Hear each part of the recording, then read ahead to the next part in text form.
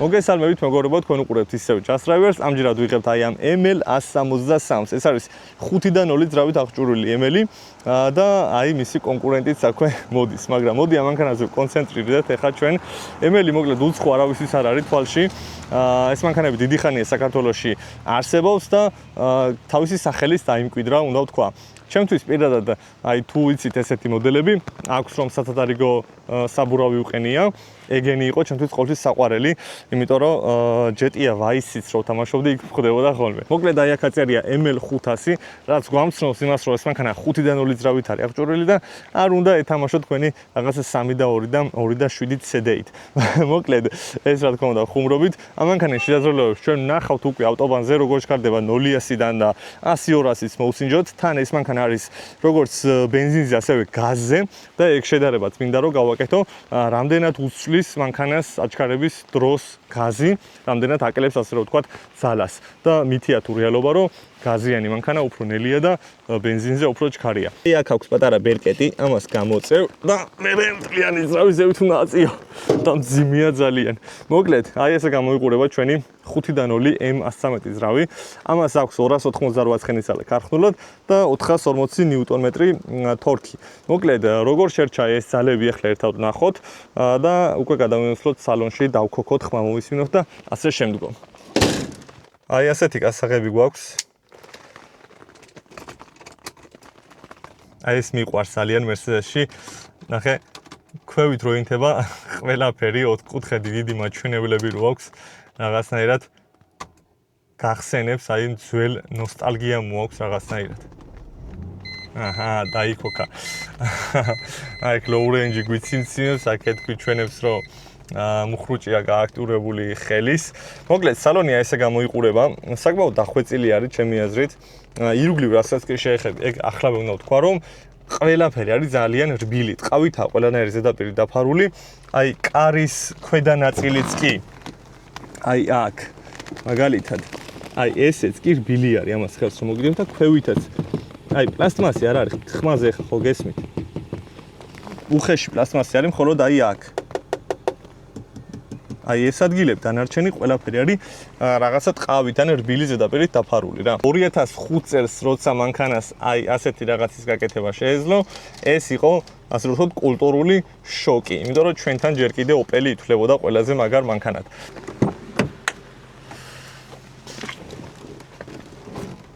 ოპა. საკმაოდ კარგი სივრცე არის ამ მანქანაში, ჭერი საკმაოდ მაღალი არის. უკანაც ყველაფერი რბილია, არის ხოლმე მანქანები, რომ წინ რაღაც შეინარჩუნებენ ხარისხს და უკან მერე ესენი არის პლასტმასი. ამაში ყველაფერი აქაც შენარჩუნებული არის. აი ხმას ვერაფერს ვერ გამოაცემებ, აი აქ რომ რამეც კაპუნებდეს, ჭრაჭუნებდეს, ეგეთი რაღაცები ამ მანქანას არა აქვს. ეხლა თუ რაიმე კრაჭუნი გესმით, ეს არის ჩემი აი ამ ტყავის კურტკის დამსახურება, სხვადასხვა აი აქ აწერია OG Just Driver. ეს არის ქუთაისში შეკერილი, საქართველოს შეკერილი ნაღდი ტყავის კურტკა და ჩემი დიზაინით ავარჩევინა ეს ზოლები სპორტული ხასიათი რო ქონოდა. მოკლედ, ეხლა მოდი უკვე დავჯდეთ საჭესთან, გადავინაცვლოთ პირველ რიგში უგზოობაზე, მაინტერესებს როგორ დადის, როგორი შეგრძნება აქვს. მერე წავიდეთ უკვე ქალაქში და ბოლოს გადავინაცვლებთ უკვე ავტობანზე და ვნახოთ როგორია მართავდი ამ მანქანას ავტობანზე, როგორ ჩქარდება და ასე შემდგომ. მოკლედ, წავედით.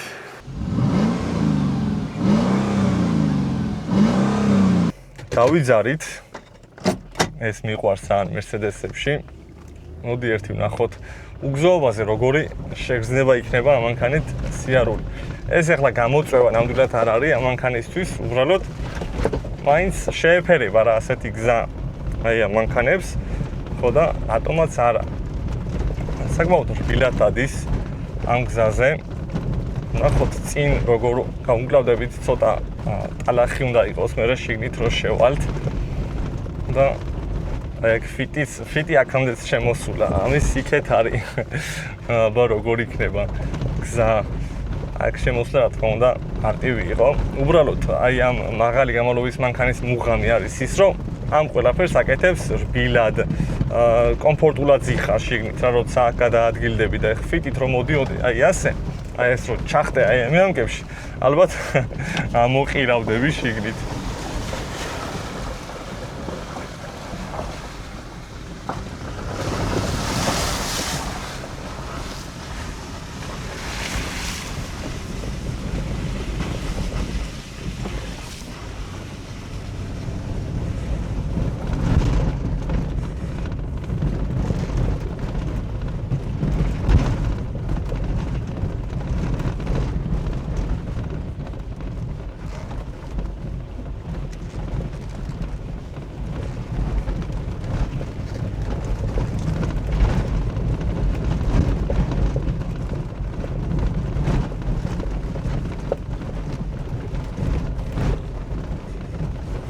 ასწორებს მართლა. აი ჯიპის მუღამი ეს არის რა 10 წლის შემდეგ ვიდეოებში, როდესაც უგეყოლება მაღალი გამავლობის მანქანები, ყველა აი ამ გზაზე ასე რომ ვთქვათ, გაიტესტება, ნუ ტესტი მანდა მაინც ეხა ეს არა როგორც რეალებს ნახეთ ალახში.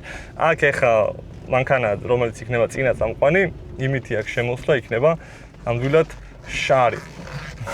წაგვიღო იქეთ.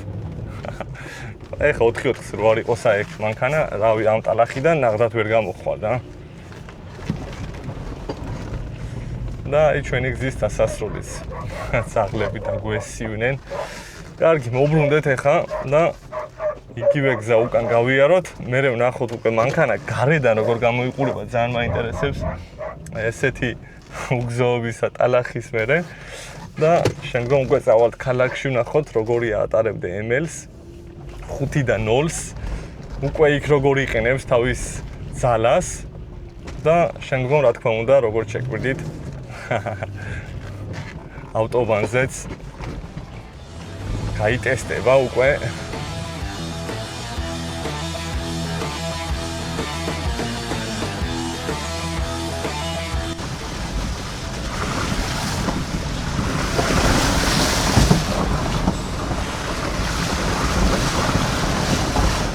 გამოვიდით ეხა ტრასაზე, გარედან მინდა უბრალოდ რომ გაჩვენოთ შედეგი აი ამ უგზოობის, როგორ აისახება თვითონ მანქანაზე.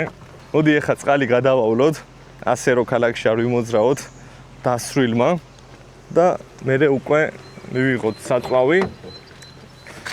თან ქალაქში მოძრაობაც მოგვიწევს და ბოლოს უკვე იქნება, როგორც იცით, ყველა ჩემ ვიდეოებში არის ავტობნის სიჩქარის გაზომა. დღეს ხოთაშორის გვექნება თან ესეთი მოწყობილობა, ეს არის დრაგის მოწყობილობა, რომელიც მათხოვად შემაწვა კაცმა და უკვე ზუსტ დროებს გავიგებთ. საჭეს რომ ვატრიალებ, ანუ აზრია რა აქ რა, ანუ ცხვირს არ ეთყობა მანდა მაინც რა. ორი კრუგი თუ არ გააკეთებია, საჭეს ისე ეხლა მოუხვია. ნახე რამდენი წრეს ვაკეთებია. ნუ 2005 წლიანია ბოლო-ბოლო. მაგ დროს ეს მანქანა ითვლებოდა, რა ვიცი, ასე რომ ვთქვათ, სიმდიდრის და კომფორტის ზენიტი იყო Mercedes-ის და ზუსტად ამ მანქანის მერე გამოვიდა უკვე X5, რომ შეატყო BMW-მაც, რომ აშკარად კონკურენტი ჭირდებოდა ამ მანქანისთვის და უკვე 2000 წელს გამოუშვა, თუ სწორად მახსოვს X5, მანამდე იცდიდა, ყველაფერი დახვეწა და X5-იც საკმაოდ კარგი გამოვიდა. ხოთაშორის დიდი სიამოვნებით შევადარებდი აი ამ მანქანას თავისი წლოვანების შესაბამის X5-ს. 4 და 4 უფრო შეფერება ალბათ, იმიტომ რომ ალბათ 4 და 8 და 4 და 6 ES-ი უფრო ალბათ ამ მანქანის AMG ვარიანტის ასე რომ ვთქვათ კონკურენტია. Так.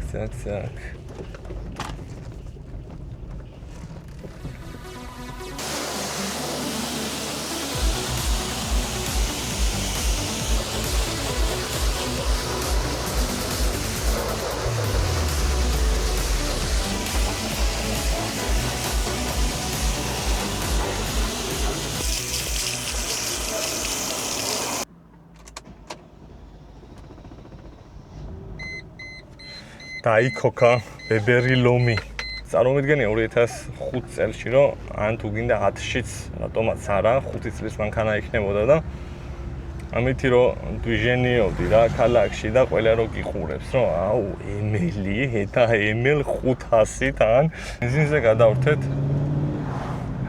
და უკვე პედალს ვათხობ, რომ აშკარად გამოცოცხლდა. თან გაზზე რაღაცა აი სივილის ხმა მესმოდა ხოლმე და ახლა აღარ გვესმის.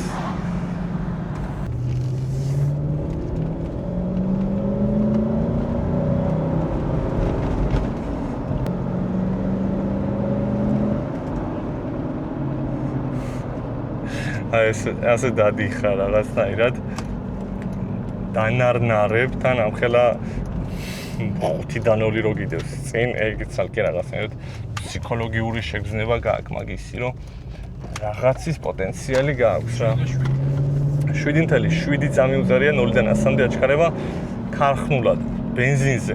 ნახოთ ახლა ეს ყველაფერი დროში გავზომოთ, ჩვენ რო გავალთ უკვე ავტობანზე. რამდენად აქვს ამ მანქანას შერჩენილი თავისი 288 მამალი ცხენის სალა და თუ დადევს იგივე დროს. უნდა გავითვალისწინოთ ასევე რომ მანქანა დაშლილი არ არის, სრულიად არის ქართულ მდგომარეობაში და ზევიდან გვაქვს კიდე გაზის ბალონი დამატებით, რაც წონაც არის ასე რომ ვთქვათ და ნუ ეს ყველაფერი მოდი ნუ განვსჯით მაქსიმალურად. ჯერ ვნახოთ შედეგები, შეიძლება უკეთესადაც დადიოდეს, ვინ იცის. საჭეს რაც შეეხება, ნუ ძველი მანქანის საჭირო არის, ეხლა აშკარად ეთყობა რა და თან რაღაცა ხელში წვრილი არის, ანუ წვრილი საჭე კი კაი ამარა ეს რაღაცა, ანუ ხელი თითქმის თითქმის ორჯერ მერწყმევა, ოდნავ სქელი რო იყოს, ალბათ უფრო კაი იქნებოდა. მაგრამ რა თქმა უნდა, იქ უფრო უკვე გემოვნების საკითხი არის. საკმაოდ რაღაც დიდი არის, ან შუა ზოლი დიდია. ღილაკები ჯერ ამაზე, ამ მოდელზე არა გვაქვს. თუმცა X5 რო გამოვიდა უკვე იმას ჰქონდათ, მაგათმა ეგენი დახვეწეს ზუსტად აი იმ პერიოდში, რაც ჰქონდათ მოსამზადებელი, რაც აკლდა ML-ს, ეგენი ჩაამატეს თავიანთ მოდელებში რა.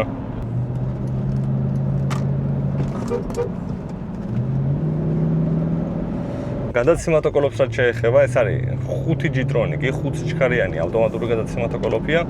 საკმაოდ გამძლე კოლოფი არის. ეხლა მაშინ მე როგორც ვიცი, Z საერთოდ არა აშინაცვლელი, 171 მილი აქვს მანქანას კავლილი და ისევ ქართულ Z-ზე მუშაობს. და არანაირი პრობლემა, არანაირი გარტყმა, არც ჯიკავი, ზიგზიგი, ეგეთი რაღაცებს მე საერთოდ ვერ ვგრძნობ ეხლა. ეს ჩემი საყვარელი ჭიქის ჩასადები არის. რაღაცნაირად გადმოვარდება და იმალეო მე შეგნით დიზაინში საკმაოდ ლამაზად.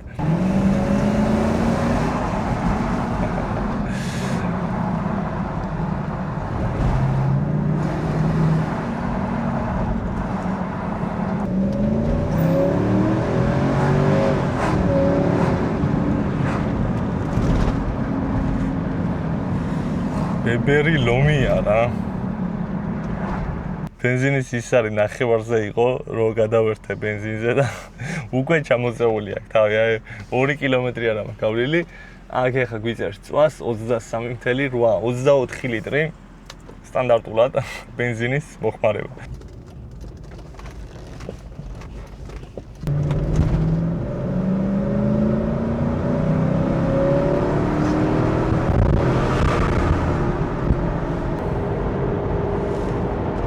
საბურავების ხმა რო არა, ქარის ხმა არ შემოდის რა. უბრალოდ აი ეს ბობლების ბჟუილი აშკარად ისმის. მოგლეთ, კრუიზ კონტროლი ჩავრთე, ოღონდ როგორი ჩავრთე ვერ მივხვდი, აქ არცად არ გვიჩვენებს რამეს რომ ჩართული ან რა სიჩქარეზე აყენია, არანაირი ინფორმაციას არ გაწვდის კრუიზ კონტროლზე.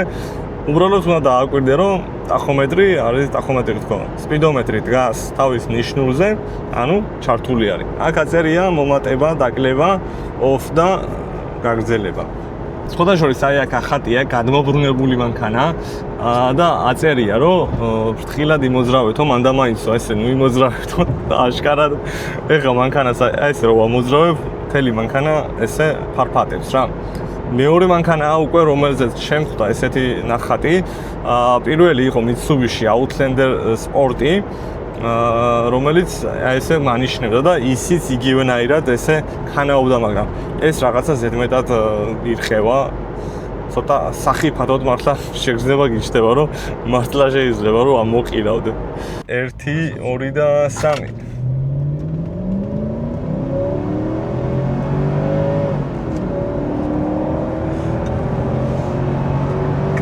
გამახსენდა.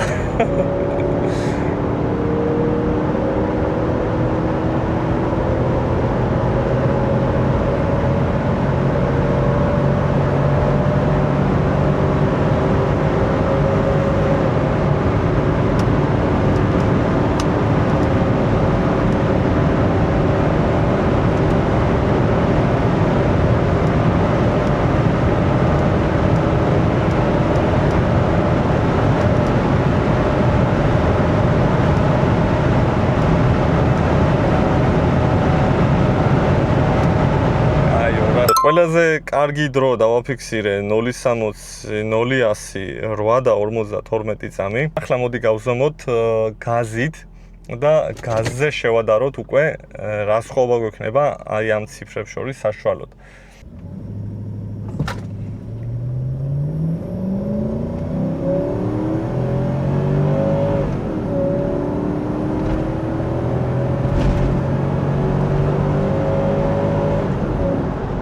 კარგი, აბა რა დრო დავაფიქსირეთ?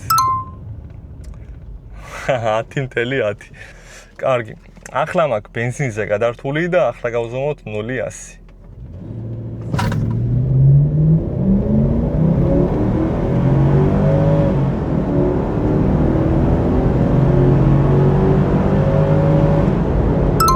და 30. შვენიერი შედეგია. მოკლედ ეს იყო ტესტირება ML-ის და აი აქ ჩაბარებულია, აშკარად ჩანს რომ არანაირი შეცდომის რამე ნათება არ გვაქვს. ეს არის ხელის მუხრუჭი, არ გეგონოთ რამე მანქანის პრობლემა იყოს.